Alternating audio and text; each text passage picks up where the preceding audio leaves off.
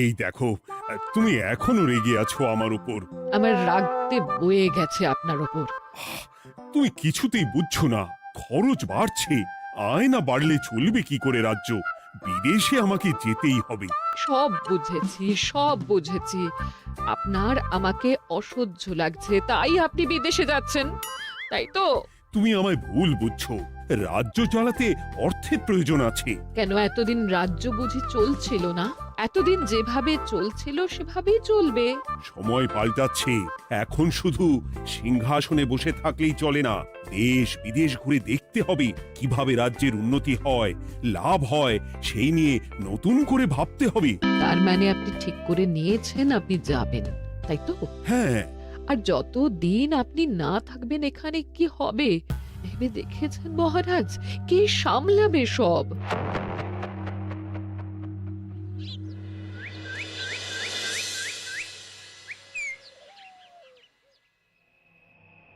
চিঠি?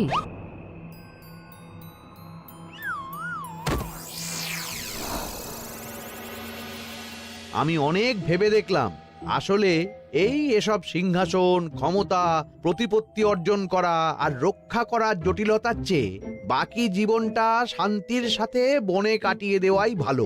বলছি সবই তো বুঝলাম, কিন্তু এই শান্তিটাকে মহারাজ সন্ন্যাসী হয়ে গেলেন আর এসব নিয়েও তুমি ভাড়ামি করছো গোপাল? ও মা গো, এবার কি হবে? চিন্তা করবেন না রানীমা, কৃষ্ণনগরকে আমি আমার বুক দিয়ে আগলে রাখবো। আপনার ছাতির মাপটা ঠিক মতো জানেন তো মন্ত্রী মশাই? মানে ওই গোটা কৃষ্ণনগরকে কি আপনি আপনার বুকের মধ্যে আগলে রাখতে পারবেন? গোপাল! মার্জনা করবেন মন্ত্রী মশাই। আমি বলছিলাম কি, ওইসব আগলে টাগলে রাখার আগে ওই ভালো করে খুঁজে দেখুন সব। মানে কি বলতে চাইছো কি তুমি? মহারাজকে খুঁজে বার করুন মন্ত্রী মশাই, লোক পাঠান। তিনি হয়তো এখনো বেশি দূর যেতে পারেননি। এটা কিন্তু ঠিক বলেছে গোপাল, তাকে একবার যদি খুঁজে পাই আমরা। আপনি চিন্তা করবেন না রানীমা, আমি এক্ষুনি লোক পাঠাচ্ছি। আর গোপাল, রানীমাকে বিশ্রাম নিতে দাও। যাও এখন, যত সব।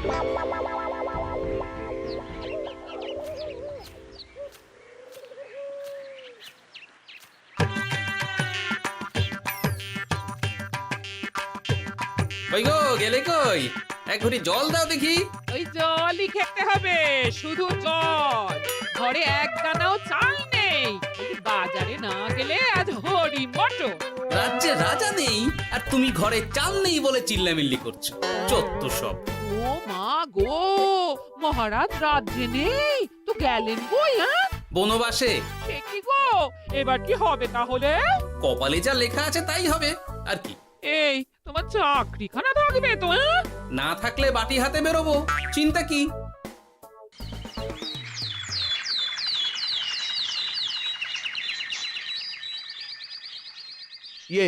মহারাজ যখন নেই তখন আমি আমি যখন এ রাজ্যের মহামন্ত্রী, তখন আমি এত মানে মানে করার কি আছে মন্ত্রী মশাই? মহারাজ নেই তো কি হয়েছে, রানীমা তো আছেন। আমরা তার কথা মতোই চলব। গোপাল একদম উচিত কথা বলেছে। হ্যাঁ হ্যাঁ, আমিও তো তাই বলছিলাম। মহারাজ যখন নেই তখন রানীমার নির্দেশ মতোই তো আমাদের সামলাতে হবে সব। কতদিন আর আগলাবে গোপাল? আজ নয় কাল এই শর্মাকেই বসতে হবে এই সিংহাসনে। যতদিন পারি ততদিন তো চেষ্টা করতেই হবে মন্ত্রী মশাই। আপনি যদি চলেন ডালে ডালে, আমি চলি পাতায় পাতায়। রাজা মশাই আছেন? আমি অনেক দূর থেকে আসছি।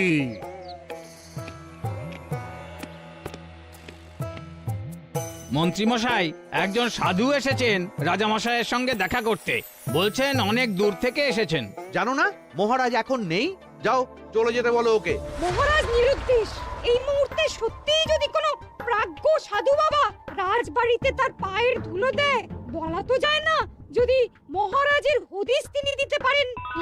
ঠিক ঠিক, একদম ঠিক বলছেন পণ্ডিত মশাই। বেশ বেশ, ডেকে আনো তাকে, দেখি সে কি বলে। মহারাজ আমার প্রণাম নেবেন। উনি মহারাজ নয়, উনি মন্ত্রী। আসুন সাধু বাবা, আসুন, আসন গ্রহণ করুন।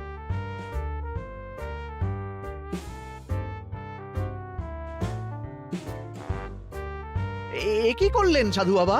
এটা তো মহারাজের সিংহাসন। আপনার জন্য আমি অন্য আসনের ব্যবস্থা করে দিচ্ছি, আপনি বরং সেখানে বসুন। ওহ, রাজাই যখন নেই তখন তার সিংহাসনে বসতে ক্ষতি কি? আপনি কি করে জানলেন মহারাজ নেই? বুঝলি না, সাধু বাবা যে অন্তর্যামী গোপাল। এবার কি হবে? উনি যদি বলে দেন মহারাজ কোথায় আছেন, তাহলে তো আমার আর পণ্ডিত মশাই, আগেই ওরকম হামলে পড়বেন না। আচ্ছা, আপনি যদি অন্তর্যামী হন, বলুন তো আমাদের রাজা মশাই কোথায় গেছেন? জবর জটা কালো চুলে দেনামা অতীত বলেন। বুম! মহারাজ বনবাসে গেছেন। এটা যখন বলেছেন সাধু বাবা, তাহলে মহারাজ এখন কোথায় আছেন সেটাও নিশ্চয়ই আপনি বলে দিতে পারবেন। গোপাল, সব বিষয়ে নাক গলিও না তো তুমি। ঠিক ঠিক আছে, রাজা মশাইকে নিয়ে চিন্তা হওয়া তো খুবই স্বাভাবিক, কিন্তু গোপাল, রাজা মশাই বনবাসে গেছেন, তাকে আর সংসার মায়ায় বাঁধা ঠিক কাজ হবে না। এ আপনি কি বলছেন সাধু বাবা? মহারাজ না থাকলে রাজ্য চলবে কেমন করে? নতুন রাজা নির্বাচন করতে হবে। এই তো খেলা জমে গেছে, একে দিয়েই কাজ হবে মনে হচ্ছে। সাধু বাবা, এসব নিয়ে নয় পরে আলোচনা করা যাবে। এই কে আছো? সাধু বাবার পা ধুইয়ে দাও ভালো করে। না, বিষয়টা ঠিক সুবিধের মনে হচ্ছে না। আহা মন্ত্রী, করেছ কি? আমি সাধু মানুষ, এত খেতে পারি কি? ও বললে হবে না সাধু বাবা, আপনার জন্য নিজে দাঁড়িয়ে থেকে মহারাজের খাস হালুই করকে দিয়ে রাঁধিয়েছি সব। দেখুন না একটু, অমৃত অমৃত। বেশ বেশ, এত করে বলছো যখন, বাহ বাহ, চমৎকার চমৎকার। আমি জানি তো যে এমন খাবার আপনি আগে কখনো খাননি। তা বটে বটে, ভেবেছিলাম কটা দিন বিশ্রাম নিয়ে চলে যাব। এখন দেখছি যা আদর আতিথেয়তা শুরু করেছ তোমরা, তাতে তো মাস কয়েক কাটিয়ে না গেলে আমারই লোকসান হবে। থাকুন না, থাকুন, যতদিন ইচ্ছা থাকুন। আমার ইচ্ছা অনুযায়ী সব চললে তো ওই গোপালের জায়গায় আপনাকেই সভার মহারথী করে রেখে দিতাম চিরকাল। এসব কি বলছো মন্ত্রী? কেন, পরিকল্পনাটা মন্দ নাকি? আমি হব এই রাজ্যের নতুন রাজা, আর আপনি হবেন আমার রাজসভার প্রধান মহারথী। বটে, কাজটা খুব একটা কঠিন না। মহারাজ বনবাসে, আর আপনি নিজেই তো বললেন তাকে ফিরিয়ে আনাও ঠিক হবে না। তাহলে তা বলেছি, কিন্তু বাকি অন্যান্য সভাসদেরা আছে, তারা তো। আরে ছাড়ুন তো ওদের কথা। আকাশে হাত ছড়িয়ে আর একবার মন্ত্র পড়ে নেবেন, বলবেন এই রাজ্যের রাজা হওয়ার ক্ষমতা একমাত্র আমার মধ্যেই আছে। ব্যাস, সবাই মানতে বাধ্য। তারপর আমার একটা হিল্লে হয়ে গেলে আপনারটার ব্যবস্থাও আমি করে দেব, বুঝলেন? বুঝলাম, একেবারে জলের মতো পরিষ্কার। ব্যাস, কালই তাহলে কাজ শুরু করে দিন। বেশি দেরি করে তো লাভ নেই। বলা তো যায় না, মহারাজের যদি রানীমার জন্য মন কেমন করে, রাজ্যে ফিরে আসে, ওসব হওয়ার আগেই সেরে ফেলতে হবে সব কাজ। রাজা হওয়ার খুব তাড়া দেখছি তোমার মন্ত্রী। ওপরে ওঠার ইচ্ছা কার না থাকে বলুন তো সাধু বাবা? আর মাত্র কটা দিনের অপেক্ষা, ব্যাস, তারপরেই এই সিংহাসনের মালিক হব আমি। কৃষ্ণনগরের নতুন রাজা হব আমি।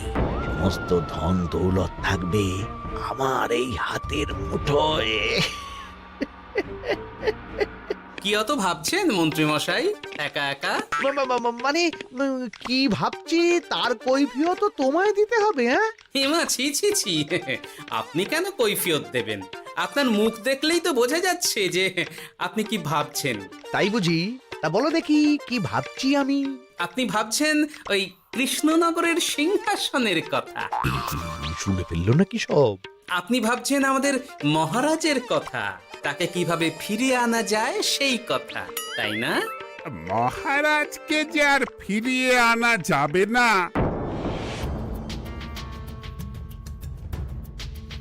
সে কথা তো আগেই বলেছি। তাই যদি হয় সাধু বাবা, আপনি এর একটা কিছু বিহিত করুন, না হলে রাজা ছাড়া রাজ্য। ঠিক বলেছ, রাজা রাজ্য, নুন ছাড়া তরকারি, আলো ছাড়া দিন, জল ছাড়া জীবনের মতো। তাই যত দ্রুত সম্ভব নতুন রাজা নিয়োগ করা দরকার। কিন্তু এ বিষয়ে সিদ্ধান্ত নেওয়ার আগে রানীমার সাথে কথা বলা জরুরি। তার চেয়েও জরুরি একটা কাজ আগে করা দরকার। কিসের কথা বলছেন মন্ত্রী মশাই? গোপালের বহিষ্কার। এ আপনি কি বলছেন মন্ত্রী মশাই? একে রাজা মশাই, তার মধ্যে গোপালের মতো বিচক্ষণ মানুষকে রাজসভা থেকে বহিষ্কার করলে তো রাজ্যেরই ক্ষতি। এটাই হচ্ছে সমস্যা। এই কক্ষে যার যেটা কাজ নয় সে সেটা নিয়ে বেশি চিন্তিত। তুমি বিজ্ঞানে মন দাও, রাজকাজ আমার দায়িত্ব। তাহলে এরকম সিদ্ধান্ত নেওয়ার আগে সবার সাথে আলোচনা করা দরকার। কোনো দরকার নেই, আমি যা বলেছি তাই হবে। রাজ্যের ব্যয়ভার বাড়ছে, এই মুহূর্তে কোনো ভাঁড়কে অযথা বেতন দিয়ে পোষার কোনো মানে হয় না। তাই গোপালেরও কাল থেকে রাজসভায় আসার কোনো দরকার নেই।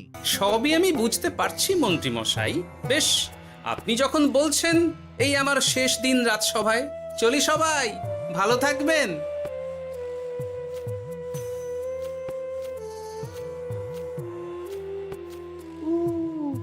এত সহজে যে বেটা মাঠের বাইরে চলে যাবে বুঝতেই পারিনি আগে। এবার আমার আর সিংহাসনের মাঝে নেই কোনো বাধা, নেই কোনো কাটা। তুমি চিন্তা করো না, আমি নিজে মন্ত্রীর সাথে কথা বলবো। না না রানীমা, সেসবের দরকার নেই। মহারাজ ছাড়া রাজবাড়ি শূন্য শূন্য লাগে, আমারও মন লাগছে না এখানে। বেশ, যা ভালো বোঝো তাই করো, তবে ডাকলে এসো কিন্তু। হ্যাঁ রানীমা, নিশ্চয়ই আসবো। এখন আমি চলি। যাক, এই কদিনে মাথাটা খেলানোর সময় পাওয়া যাবে একটু, না হলে কেমন যেন গুলিয়ে যাচ্ছে সব। কি যে বললো গোপাল দাদা, এই শেষ দুটো শাকের আটি নিয়েও দরদাম করবে তুমি? ওরে, আমি বেকার মানুষ, দরদাম না করে উপায় আছে আমার? হ্যাঁ শোনো শোনো শোনো, মহারাজ কৃষ্ণচন্দ্রের অবর্তমানে কৃষ্ণনগরে নতুন রাজা হিসেবে নির্বাচিত হবেন রাজ্যের মহামন্ত্রী। সেই শুভানুষ্ঠানে রাজবাড়িতে আমন্ত্রণ রইল। এসব কি হচ্ছে বলো তো গোপাল দাদা? ভেতরের খবর আছে নাকি কিছু? না গো ভাই, তুমিও যা জানো আমিও ততটুকুই জানি। ও গোপাল দাদা, ব্যাপার কি? এ সময় এখানে কি চাই? রানীমার জরুরি তলব, এখনই ওই রাজবাড়ি যেতে হবে তোমাকে। কিন্তু আমার যে বাজার হয়নি এখনো। আরে ওসব বাজার টাজার পরে হবে, তুমি এখন আমার সাথে চলো তো। মন্ত্রীকে আমি বিশ্বাস করেছিলাম, ও যে এইভাবে বিশ্বাসের সুযোগ নেবে আমি একদম বুঝতে পারিনি। আমাদের এক্ষুনি অন্যান্য সভাসদদের সাথে কথা বলা দরকার রানীমা। কারোর সাথে কথা বলার দরকার নেই রানীমা, আমি নিজেই চলে এসেছি আপনার সাথে কথা বলতে। এখানে কি জন্য এসেছো গোপাল? রানীমার কান ভাঙাতে? বাহ, আপনি সবার মাথা মুড়িয়ে সিংহাসন কবজা করতে পারেন, আর আমি রানীমাকে সেই সত্যি কথা জানাতে পারি না? চুপ! ভুলে যেও না, আমি কৃষ্ণনগরের হবু রাজা। মুখ সামলে কথা বলবে আমার সাথে। এসব কি হচ্ছে মন্ত্রী মশাই? রাজা মশাই নেই, সেই সুবাদে এ কি শুরু করেছেন আপনি? আমায় আপনি ভুল বুঝবেন না রানীমা, আমার হয়ে যা বলার সাধু বাবাই আপনাকে বুঝিয়ে বলবে সব। উনি আর কি বোঝাবেন? কতদিন এসেছেন উনি, কি জানেন এই রাজ্যের বিষয়ে? সাধনা মা, সবই সাধনা। সাধনার জোর থাকলে সবকিছুই জানা যায়। ভূত ভবিষ্যৎ অতীত সব। সেই জোর থেকেই বলছি মা, মন্ত্রীর কপালে আমি জ্যোতি দেখতে পাচ্ছি। মন্ত্রী যদি রাজ্যের রাজা হয়, এ রাজ্যের উন্নতি কেউ ঠেকিয়ে রাখতে পারবে না। আপনাদের একটা কথাও বিশ্বাস করি না আমি, এসব আপনাদের ষড়যন্ত্র। এ আপনি ভুল করছেন রানীমা। যা হোক, যে কথা আমি বলতে এসেছি, রাজা যখন আমি হচ্ছি তখন তো আমাকে এই প্রাসাদেই থাকতে হবে, ফলে আমার স্ত্রীকেও এখানে এসেই থাকতে হবে। সে তো আর একা থাকতে পারবে না, তাই আপনি যদি এই ঘরটা ছেড়ে দিতেন। কিন্তু মন্ত্রীমশাই, তুমি কি বলছো মন্ত্রী? এখানে না থাকলে রানীমা থাকবেন কোথায়? আর আমি তো এমন কোনো বিধান দিইনি যে রানীমাকে অন্যত্র পাঠাতে হবে। সবকিছুর জন্য তো আপনার বিধান দরকার নেই সাধু বাবা, এ আমার নিজের বিধান। আমি রাজা হব, আমার স্ত্রী রানী হবে, তারও তো অধিকার আছে রানীর মতো থাকার, রানীর মহলে থাকার। আপনার ব্যবস্থা আমি অন্যত্র করে দেব রানীমা, আপনি কিচ্ছু ভাববেন না। হাজার হোক আপনি আমাদের প্রাক্তন মহারাজের স্ত্রী বলে কথা। কি বলো গোপাল? আমার মনটা আসলে অনেক অনেক বড়, তোমরা খালি দেখতে পাও না সেটা। কাজটা কি আপনি ঠিক করলেন মন্ত্রীমশাই? শোনো গোপাল, আমাকে ঠিক ভুল বোঝাতে এসো না তুমি, বরং কাল সময় মতো চলে এসো। কৃষ্ণনগরের নতুন রাজার রাজ্যাভিষেকের জন্য মহাভোজের আয়োজন হবে। যতদিন পাচ্ছ খেয়ে নাও পেট ভরে।